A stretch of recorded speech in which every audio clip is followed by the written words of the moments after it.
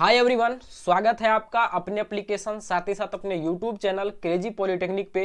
हम उम्मीद करते हैं आप लोग स्वस्थ होंगे, मस्त होंगे और अच्छे से पढ़ रहे होंगे।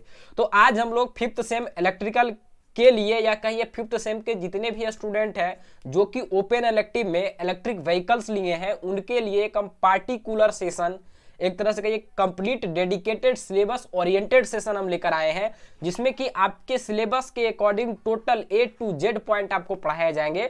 और यहाँ पर जो हम सबसे पहले डिस्कशन करने वाले हैं वो इलेक्ट्रिक व्हीकल्स यूनिट फर्स्ट में सबसे पहला टॉपिक कन्वेंशनल व्हीकल्स के बारे में हम लोग जानने वाले हैं। तो हम लोग यहाँ पर जानेंगे कि बेसिक हमारा जो कन्वेंशनल जो अभी का व्हीकल्स हमारा है, जो अभी चल रहा है ऑन रोड, अभी दिखता है हमको जो व्हीकल्स, वो व्हीकल्स क्या, उसमें क्या क्या उसका कंपोनेंट्स होते हैं, उनके बारे में बेसिक अंडरस्टैंडिंग लेना है। डिटेल में जिनको पढ़ना था वो मैकेनिकल वाले थे, उनको पूरे डिटेल में मशीन्स के बारे में पढ़ाया गया होगा, कितने तरीके का इंजन होता है, क्या पिस्टन होता है, ये सब उनका काम है, ये हम लोग का काम नहीं है। ठीक है, तो हम लोग यहाँ पर एक बेसिक अंडरस्टैंडिंग लेंगे कि जैसे हम लोग को कहा जाता है कि शरीर में हमारा कितना अंग है, तो अंग के बारे में तो सबको पता होता है, लेकिन कौन सा अंग खराब है वो कैसे बनेगा वो तो सिर्फ डॉक्टर को पता जाता है। कि किसी का लीवर खराब है तो लीवर कैसे सही होगा, किसी का हार्ट में प्रॉब्लम है तो हार्ट कैसे सही होगा। लेकिन ओवरऑल सभी व्यक्ति को ये पता होता है कि हमारे जो कोई भी बॉडी है, बॉडी के अंदर हमारा हार्ट होता है, लंग्स होता है, हार्ट होता है हमारा, फिर लीवर होता है हमारा, जो है बहुत सारा बॉडी अंग्स जितने भी है, हैंड, आई, नोज, ये सब होता है। लेकिन किसका क्या काम है, कैसे वो सही होगा, ये हमारा काम नहीं, ये हम लोग नहीं जानते। ये सिंपली जो पार्टिकुलर जो ओरिएंटेशन है उसके अकॉर्डिंग जो पढ़े हुए रहते हैं विद्यार्थी स्टूडेंट, वो उसका चेकअप करते हैं। जैसे डॉक्टर होता है तो कोई हार्ट का स्पेशलिस्ट होता है, कोई फिर जो है वो नॉर्मल फीवर, वायरल, ये सब का होता है। मतलब इस तरीके का सब होता है अलग अलग मेडिकल फील्ड से तो हम है नहीं, तो उतना आइडिया हमको है नहीं। तो हम लोग यहाँ पर बेसिक वही बात करेंगे कि कन्वेंशनल व्हीकल्स में हमारा क्या क्या पार्ट होते हैं और उसका क्या काम है, बस इतना ही हम लोग जानेंगे। कैसे वो सही होगा, क्या होगा, उसका हमको पढ़ना नहीं है। तो पहला सेशन है, इंपॉर्टेंट सेशन है, और टोटल सेशन आपको जो है वो यहाँ पर मिलेगा, तो ध्यान से और अच्छे से आपको पढ़ते जाना है। तो सबसे पहले हम लोग बात करते हैं कन्वेंशनल व्हीकल। कन्वेंशनल व्हीकल मतलब क्या समझे, जो अभी के समय में यूज आ रहा है, यही कन्वेंशनल व्हीकल्स। अगर हम लोग आगे चले जाएंगे, बहुत ही मतलब 10 साल 20 साल बाद जाएंगे, तो हो सकता है कि कन्वेंशनल व्हीकल्स में हमारा इलेक्ट्रिक व्हीकल्स भी आ जाए, इससे भी कोई एडवांस व्हीकल्स हमारा आ जाए जो कि इलेक्ट्रिसिटी से भी कम कंजप्शन करके वो अलग ही तरीके का वो व्हीकल्स हो सकता है। पॉसिबिलिटी कुछ भी हो सकता है। अभी तक तो हम लोग ये भी नहीं जानते थे कि हमारा बैटरी पर से भी हमारा बाइक है या फिर हमारा जो बड़े बड़े हमारा व्हीकल्स है वो चलाए जा सकते हैं, लेकिन अभी चल रहा है। इधर फिलहाल इधर 1-2-3 साल में जो इसका क्रेज आया, इसका जो बूम आया है वो एक्सट्रीम लेवल पर। अभी सबसे बढ़िया अपॉर्चुनिटी जो हमारा है वो ईवी का, इलेक्ट्रिक व्हीकल्स का है।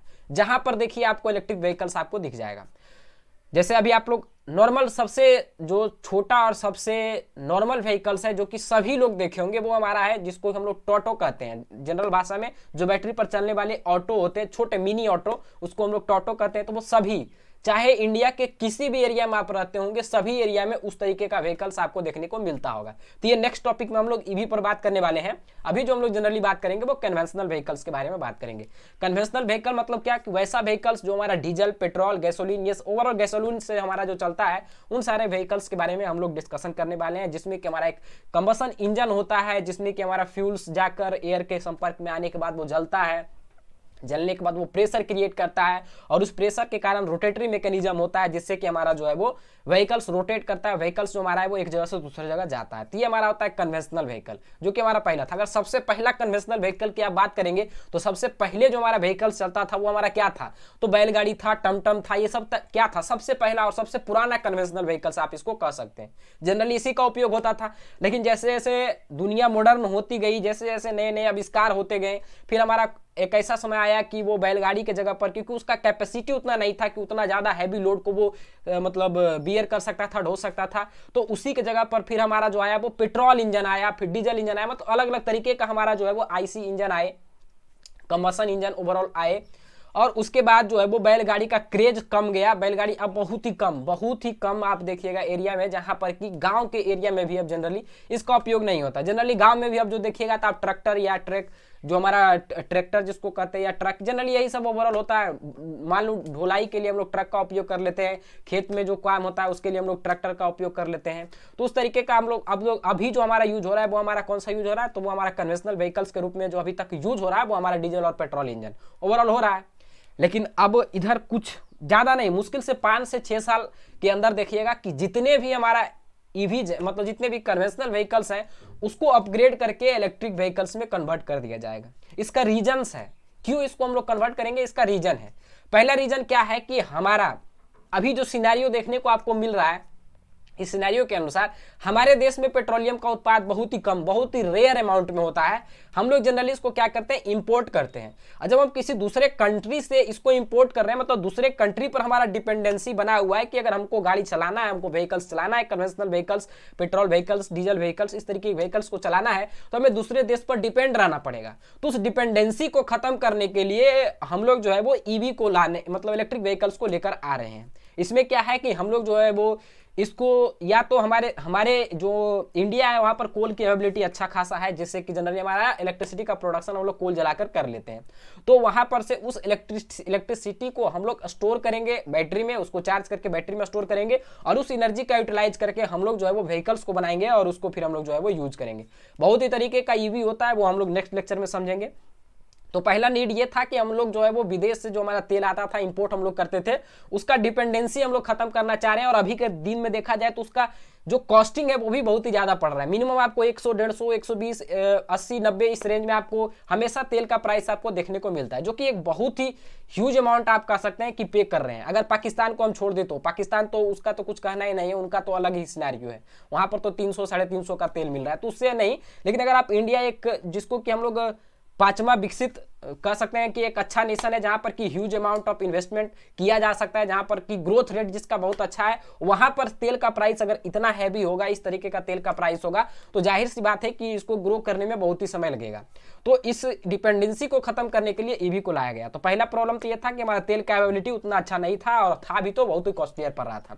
साथ ही साथ कंबशन इंजन जो हमारा होता है वो क्या करता है, तो फ्यूल को जलाकर, तो फ्यूल को जैसे ही हमारा कोई भी फ्यूल हो जलेगा तो उसका 100% पार्ट हमारा जल नहीं पाता है। तो वो 100% अगर जल नहीं पाएगा तो उसके बदले में क्या होगा कि वो हमारा स्मोक में कन्वर्ट होगा, और ये जो स्मोक होता है वो हमारे इन्वायरमेंट को बहुत ही गंदा, बहुत ही पॉल्यूट करता है। तो दूसरा हमारा डिसएडवांटेज कन्वेंशनल व्हीकल्स का ये था। और भी बहुत सारे इसके हैं, उसको हम लोग आगे पढ़ेंगे। अब यहाँ पर जो लिखे उस पॉइंट को भी हम लोग थोड़ा डिस्कस कर लेते हैं, नहीं तो फिर आप लोग कहिएगा कि लिख दिया ऐसी क्या क्या बोल रहा है, पता नहीं चल रहा है। तो यहाँ पर हम जो कुछ लिखे हैं उसके थ्रू भी आपको हम कुछ समझाते हैं। आई थिंक आपको कन्वेंशनल व्हीकल समझ में आ गया होगा। यहाँ पर बहुत सारे आपको फिगर भी दिखाए हैं जो कि हमारा कन्वेंशनल व्हीकल्स का फिगर है। तो आप यहाँ पर देख सकते हैं, ये देखिए हमारा जो है वो ऑटो है, ये हमारा देखिए महिंद्रा थार जो कि मोस्ट पॉपुलर कार है, ये ओवरऑल हमारा लगता है BMW है। यहाँ पर ये देखिए हमारा जो है स्कूटी है, बाइक है, ट्रक है। ओवरऑल हम टोटल जो है वो जिसकी बात करें तो ओवरऑल हम इंडिया का ही प्रोडक्ट को दिखाएं, एक आध दो हमारा वेस्टर्न जो है उधर का प्रोडक्ट है। बाद बाकी हमारा इंडिया बहुत ही सक्षम है व्हीकल्स बनाने में, और बहुत ही अच्छे अच्छे और मिनिमम कॉस्ट का व्हीकल्स बनाता है, जिसके कि कोई भी लोग आसानी से अफोर्ड कर सकता है। तो इंडिया व्हीकल्स के मामले में महिंद्रा की बात करें, टाटा की बात करें, ओवरऑल बहुत ही अच्छा व्हीकल्स बनाते हैं। तो बात करते हैं conventional vehicles use as internal combustion engine fuelled by gasoline और diesel to power the wheel. क्या कहा कि कन्वेंशनल व्हीकल जो है वो इंटरनल कंबशन इंजन को यूज करता है, उसमें गैसोलीन और डीजल हम लोग डालते हैं एज ए फ्यूल, और उससे वो हमारा क्या है पावर को जनरेट करता है, जो कि पावर को हम लोग ट्रांसफर करते हैं व्हील पर, और व्हील हमारा रोटेट करता है, जिससे कि हमारा व्हीकल जो है वो एक जगह से दूसरी जगह जा पाता है। ठीक है, कहता है electricity is use for some accessories but not use for move the vehicle. इसमें आप कहिएगा सर बैटरी तो लगा हुआ होता है गाड़ी में, हम लोग देखे हैं कि हम लोग का जो गाड़ी रहता है जनरली उसमें बैटरी रहता है। तो बैटरी का काम क्या है, तो बैटरी का काम, अगर आप बाइक का एग्जांपल लीजिए, छोटा सा अगर बाइक का एग्जांपल लीजिए आप, तो बाइक में जो हमारा सेल्फ होता है, जिसको कि हम लोग सेल्फ डायरेक्टली बटन दबाते हैं और बिना किक का हमारा गाड़ी चालू होता है, वो हमारा कैसे होता है, तो वो हमारा बैटरी के थ्रू होता है। बैटरी के थ्रू वो स्पार्क मारता है, जिसके वजह से हमारा जो है वो गाड़ी स्टार्ट हो जाता है। ठीक है, वो हमारा होता है। साथ ही साथ हम लोग बैटरी का उपयोग क्या करते हैं, तो बैटरी का उपयोग हम लोग जो है वो लाइट के लिए करते हैं। आपका जो डिस्प्ले होता है, अभी जो जितना भी बाइक आ रहा है उसमें क्या है, डिजिटल डिस्प्ले है, तो वहाँ पर सारा कुछ लिखाता है डिजिटली फॉर्म में, एक स्क्रीन होता है, स्क्रीन पर आपको लिखाता है। तो उस स्क्रीन को ऑपरेट करने के लिए हमको जो है वो बैटरी या इलेक्ट्रिसिटी का रिक्वायरमेंट जनरली होता है। उसी तरीके से बड़े बड़े गाड़ी की बात करें, जैसे हमारा कोई भी 4 व्हीलर ले ले, तो वहाँ पर लाइट हो गया, उसका जो है जो वाइपर का मैकेनिज्म होता है वो हो गया, जो कि शीशा साफ करने वाला वाइपर होता है उसका मैकेनिज्म हो गया, होम थिएटर ये सब का मैकेनिज्म हो गया। ये सब के सब हमारा किस पर डिपेंड करता है, तो बिना इलेक्ट्रिसिटी का ये सब तो चलेगा नहीं, तो वहाँ पर इसका उपयोग होता है। लेकिन इस बैटरी या इलेक्ट्रिसिटी सिस्टम का हम लोग उपयोग व्हीकल्स को रन कराने में नहीं करते हैं। तो कन्वेंशनल व्हीकल्स में बैटरी का उपयोग तो होता है, लेकिन इसका यूटिलाइज जो हम लोग है वो किस में नहीं करते हैं, तो इसका यूटिलाइज हम लोग जो है व्हीकल्स को रन कराने में नहीं करते हैं। बाद बाकी जितने भी उसके पार्ट्स होते हैं, जितने भी उसके काम करने का जो पार्ट्स होता है वो सब हम लोग इलेक्ट्रिसिटी से ओवरऑल करवा लेते हैं। ठीक है, तो वही कहता है most of car trucks, SUVs you see on the road today use conventional internal combustion engine that is powered by gasoline और डीजल फ्यूल। कहता है मोस्टली जो आप कार देखते हैं, ट्रक देखते हैं, एसयूवीज देखते हैं, जो आपके रोड पर अभी दिखते हैं, अभी तक जो दिख रहे हैं जनरली अभी तक जो चल रहा है वो हमारा जो हमारा कन्वेंशनल इंटरनल कंबसन इंजन है उसी पर उसी के पावर के थ्रू चलता है, जिसमें कि हम लोग उसको पावर्ड करने के लिए गैसोलीन डीजल फ्यूल का उपयोग करते हैं। कहता है gasoline car typically use spark ignition internal combustion engine rather than compression ignition system used in diesel vehicles. कहता है कि गैसोलीन कार जो हमारा है वो generally spark ignition internal combustion engine का उपयोग करता है rather than compression ignition system used in diesel vehicle, जो कि डीजल व्हीकल्स में होता है। डीजल व्हीकल्स में क्या होता है कि वहां पर जो हम लोग यूज करते हैं वो हमारा कंप्रेशन इग्निशन सिस्टम होता है, वहाँ पर हम कंप्रेस करते हैं, जो फ्यूल होता है डीजल होता है उसको हम लोग कंप्रेस करते हैं, जिससे कि हमारा वहाँ पर वो फ्यूल हमारा जलता है और वहाँ से हमारा जो है वो मैकेनिकल एनर्जी ओवरऑल हमको आउटपुट में मिलता है। जबकि हमारा अगर हम गैसोलीन कार की बात करें तो वहाँ पर जो हमारा फ्यूल को जलाने का काम होता है वो हम लोग इग्निशन कंबसन इंजन के थ्रू करते हैं। इग्निशन कंबसन इंजन मतलब समझते हैं क्या? आपका गैस जो है, गैस जिस पर कि आप लोग खाना बनाते हैं, तो गैस को जलाने के लिए हम लोग क्या करते हैं, एक हम लोग लाइटर का उपयोग करते हैं, लाइटर से एक स्पार्क निकलता है, तो उस स्पार्क के थ्रू अगर हम लोग फ्यूल को जला रहे हैं तो उसको हम लोग कहते हैं स्पार्क इग्निटेड इंजन। जबकि अगर हम लोग कंप्रेस करके पूरा प्रेशर के साथ उस पर प्रेशर बनाकर उसको हम जला रहे हैं तो उसको हम लोग कहते हैं कंप्रेस इग्निशन इंजन। ठीक है, तो जनरली व्हीकल्स में यही दो यूज होता है, या तो हमारा स्पार्क इग्निशन इंजन होता है, नहीं तो कंप्रेशन इग्निशन सिस्टम होता है। तो जो हमारा डीजल जो यूज करता है, जैसे कि हमारा ट्रक ये सब होता है, उसमें हमारा कंप्रेशन इग्निशन इंजन की होता है जनरली यूज। और वहीं पर अगर हम लोग बात करें जहां पर कि हमारा गैसोलीन का उपयोग होता है, वहां पर हम लोग स्पार्क इग्निशन इंजन का उपयोग करते हैं। ठीक है, इंटरनल कंबशन इंजन। कहता है in spark ignition system the fuel is injected into the combustion chamber. Spark ignition system में क्या होता है कि फ्यूल को हम लोग इंजेक्ट करते हैं कंबशन चैम्बर में एंड कंबाइंड विद एयर, और वो हमारा एयर के साथ कंबाइन करता है। द एयर फ्यूल मिक्सचर, वो जो एयर और फ्यूल का मिक्सचर होता है, इज इग्नाइटेड, उसको हम लोग इग्नाइट करते हैं बाई स्पार्क, स्पार्क के थ्रू। इग्नाइट मतलब क्या होता है कि इनिशियल स्टेज पर उसको जलाना, तो उसको हम लोग इग्नाइट करते हैं किसके थ्रू? स्पार्क के through, from the spark plug. Spark plug से, स्पार्क प्लग से हम लोग क्या करते हैं, स्पार्क प्लग क्या करता है तो एक स्पार्क निकालता है, एक छोटा सा तितली जिसको कहते हैं हम लोग, छोटा सा एक आग का एक छोटा सा पार्ट हमको दिखाता है, जिसके थ्रू की हमारा वो फ्यूल जो है वो जलना शुरू कर देता है, क्योंकि वो ऑलरेडी वहां पर एयर का अवेलेबिलिटी है और हमारा जो फ्यूल है वो हमारा अवेलेबल है। एयर फ्यूल दोनों अवेलेबल है, मतलब ऑक्सीजन की अवेलेबिलिटी भी होगी, फ्यूल भी होगी, और वहां पर स्पार्क भी थोड़ा सा मिल गया तो आसानी से वो जल जाएगा। जलेगा तो फिर वो प्रेशर क्रिएट करेगा, जिससे पिस्टन हमारा ऊपर की ओर जाएगा, ऊपर नीचे उसी तरीके का प्रोसेस होता है। वो मैकेनिज्म अगर आप इसका देखना चाहते हैं तो आप यूट्यूब पर सर्च करिएगा हाउ पिस्टन मूव, तो आपको कंप्लीट उसमें दिखा देगा कि कैसे वहां पर तेल जाता है, कैसे हम लोग स्पार्क को प्रोवाइड करते हैं, कैसे प्रेशर बनता है, कैसे वो ऊपर नीचे हमारा मूव करता है पिस्टन। वो हमारा पार्ट नहीं है, वो हमें उसको अगर आप देखना भी चाहते हैं तो आप देख सकते हैं। वैसे मैकेनिकल वाले को कोई दिक्कत इसमें होना नहीं चाहिए। कहता है gasoline is the most common transportation fuel. Gasoline जो हमारा है वो जनरली सबसे ज्यादा और सबसे कॉमन जो हमारा है वो ट्रांसपोर्टेशन फ्यूल है। This type of engine have many moving part. इस तरीके का जो इंजन होता है उसमें बहुत सारा मूविंग पार्ट होता है, दैट कम टुगेदर, जो कि एक साथ सभी पार्ट जो है वो एक साथ आते हैं, to propel the vehicles down the road, ताकि हमारा जो व्हीकल्स है उसको रोड पर स्मूथली चलाया जा सके। ओवरऑल उसमें बहुत सारा मैकेनिज्म होता है, सिर्फ आप इंजन में ही देखिएगा तो अलग अलग मैकेनिज्म होगा, उसमें पिस्टन का मैकेनिज्म होगा, पिस्टन मूव करेगा तो फिर वहाँ पर एक अलग हमारा मूवमेंट आता है, मूवमेंट के थ्रू फिर हमारा एक तरह से मैकेनिकल फोर्स बनता है, उसको हम लोग फिर ट्रांसफर करते हैं। ट्रांसफर करने का अलग अलग तरीका होता है। जैसे अगर बाइक की बात करें तो बाइक में हम लोग चैन, जो हमारा चेन होता है, जिससे हमारा बाइक में देखिएगा चेन लगा होता है, उसके थ्रू हम लोग ट्रांसफर करते हैं। वहीं अगर हम लोग बात करें ट्रक के समय तो आपको एक लंबा सा एक साफ्ट दिखता है, जिसके थ्रू कि हम लोग वो जो साफ्ट घूमता है तो हमारा ओवरऑल जो टायर है वो हमारा घूमता है। तो सबका अलग अलग मैकेनिज्म होता है, अलग अलग तरीके का हम लोग जो है वो जो हमारा मैकेनिकल पावर है उसको हम लोग ट्रांसफर करते हैं, जो हमारा रोटेटरी पावर है उसको हम लोग ट्रांसफर करते हैं व्हील्स के पास, और व्हील्स हमारा रोटेट करता है। तो वो हमारा आगे की चीज़ है, वो हमारे लिए भी इंपॉर्टेंट नहीं है। कन्वेंशनल व्हीकल्स के बारे में अगर आपको अब कहेगा तो आप आसानी से बता सकते हैं कि कन्वेंशनल व्हीकल्स होता क्या है। यहीं पर हम लोग बात करते हैं इसके जो हमारा जो मेन पार्ट है, या कहिए की कंपोनेंट जो हमारा होता है, इसका बेसिक जो पार्ट होता है उसके बारे में हम लोग बात करते हैं। तो यहाँ पर आपको एक फिगर दिख रहा है, फिगर में देखिए ये हमारा एक जो है वो कन्वेंशनल कार है। कन्वेंशनल व्हीकल्स इसको कहिए या कन्वेंशनल कार करिए। कन्वेंशनल व्हीकल्स में क्या होता है, तो सबसे पहले हमारा एक फ्यूल टैंक होता है, जिसमें कि हम लोग फ्यूल को भरते हैं।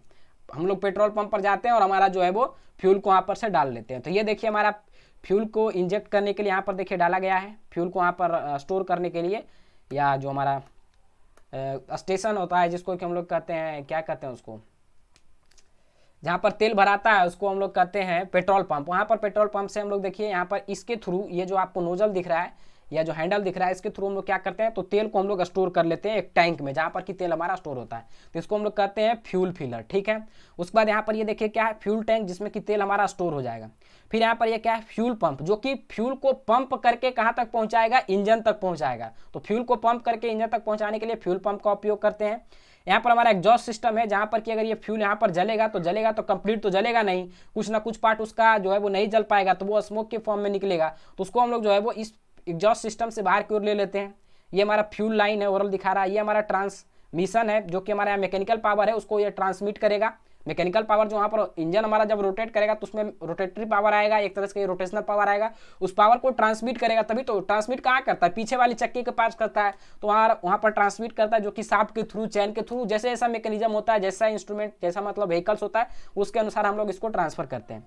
फिर यहाँ पर हमारा एक बैटरी है। ये बैटरी का काम क्या होता है, तो जो हमारा इंजन स्टार्ट होता है तो उसके थ्रू यहाँ पर हमारा उस मैकेनिज्म लगाया जाता है, जिससे कि हमारा ये जो है वो बैटरी चार्ज होता है। बैटरी का काम क्या होता है, तो बैटरी का काम जनरली हमारा इंजन को स्टार्ट करने में होता है, और हमारा जो जितने भी इसके एसेसरीज हैं उसको चलाने में जनरली इसका काम होता है।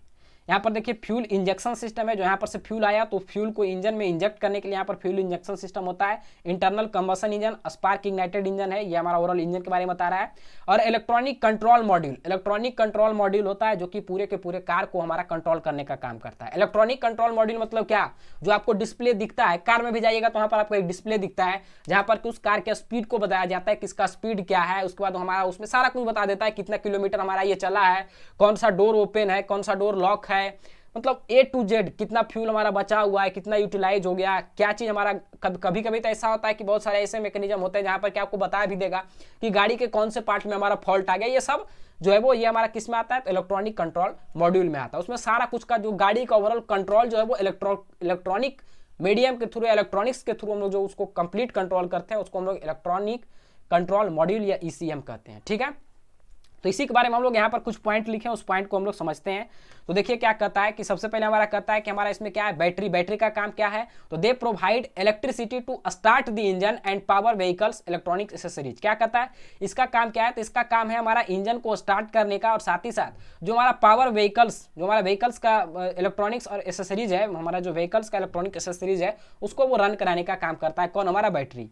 फिर हमारा आता है electronic control module. Electronic control module का काम क्या है, तो कहता है ECM control the fuel mixture.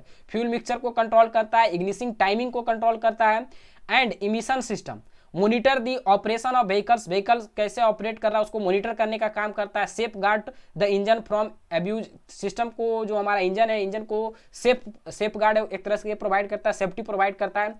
And detect and trouble shoot problem, और साथ ही साथ जो इंजन में जो हमारा प्रॉब्लम आ सकता है उसको डिटेक्ट करने का काम करता है, और कोशिश करता है अगर हो सके तो वो खुद ब खुद सही करने का भी कुछ काम करता है। समझे, जैसे अगर आपका गाड़ी में अगर फ्यूल खत्म हो गया तो वो आपको पहले से ही बता देता है कि आपका फ्यूल जो है वो खत्म होने वाला है, वहां पर आपको वार्निंग का साइन देने लगता है, या रेड लाइट, इस तरीके का मैकेनिज्म होता है जो कि आपको दिखा देता है। तो वहां पर हम लोग क्या करते हैं, अंडरस्टैंड हो जाते हैं, अंडरस्टूड हमारा हो जाता है कि हमारा फ्यूल खत्म हो गया तो हमको फ्यूल डलवाना है। या फिर ग्रीसिंग, ये सब का जो काम होता है, मोबिल, ये सब का काम होता है, वो सब वहां पर जनरली जो है वो वहां पर पता चल जाता है। फिर हम लोग बात करते हैं एग्जॉस्ट सिस्टम। एग्जॉस्ट सिस्टम में क्या होता है, तो exhaust system channel the exhaust gases from the engine out through tell pipe. इसमें क्या करता है, एग्जॉस्ट सिस्टम क्या है, तो जो भी हमारा फ्यूल जलेगा तो उससे हमारा गैसेस निकलेगा, तो उस गैस को जिस पाइपलाइन जिसके थ्रू हम लोग निकालते हैं उसको हम लोग टेल पाइप कहते हैं। और इसका देखिए क्या कहता है, the exhaust system channel the exhaust gas from the engine out through tell pipe. Exhaust gas जो हमारा होता है इंजन का, वो हमारा टेल पाइप के थ्रू आउट हो जाता है। इसमें कहता है 3 वे कैटलिस्ट इज डिजाइन। इसमें 3 तरीके का कैटलिस्ट, मतलब 3 वे का कैटलिस्ट हमारा होता है, 3 तरीके से कैटलिस्ट इसमें डिजाइन होता है to reduce engine out emission without the exhaust system. कहता है इसमें ओवरऑल कहिए कि यहाँ पर जो है एग्जॉस्ट सिस्टम में बहुत सारा हमारा फिल्टर एक तरह से लगा हुआ होता है, जो कि उसको फिल्टर करके बाहर की ओर निकालता है। डायरेक्टली अगर निकालेगा तो वो ज़्यादा हार्मफुल हमारा जो है वो एक तरह से कहिए गैसेस हमारा बनता है, बहुत ज़्यादा हार्मफुल बनता है। तो वो हमारा जो है वो यहाँ पर एक तरह से छन्नी करने का काम करता है, और एक तरह से कहिए कि जो हमारा उसमें ज़्यादा खराब हमारा जो गैसेस है उसको ये कम करने का काम करता है। ठीक है, फ्यूल इंजेक्शन सिस्टम क्या आता है, तो this system introduce fuel filler. देखिए फ्यूल फिलर क्या है, तो ये यहाँ पर देखिए ये फ्यूल फिलर था, ये क्या है, तो ये हमारा एक नोजल है फ्रॉम अ फ्यूल। क्या कहता है कि nozzle from a fuel dispenser attach to the receptacle of on the vehicle to fill the tank. Overall समझिए फिलर क्या है, तो एक हमारा नोजल है जिसके थ्रू की हम लोग जो है वो व्हीकल्स के जो टैंक है ऑयल टैंक उसको फिलअप करने का काम करते हैं। ठीक है, कहता है fuel injection system, this system introduce fuel into the engine combustion chamber for ignition. कहता है फ्यूल इंजेक्शन सिस्टम क्या है, तो ये क्या करता है, तो ये फ्यूल को इंजेक्ट करने का काम करता है, इंट्रोड्यूस करने का काम करता है कंबशन चैम्बर में जहाँ की उसका इग्निशन होता है।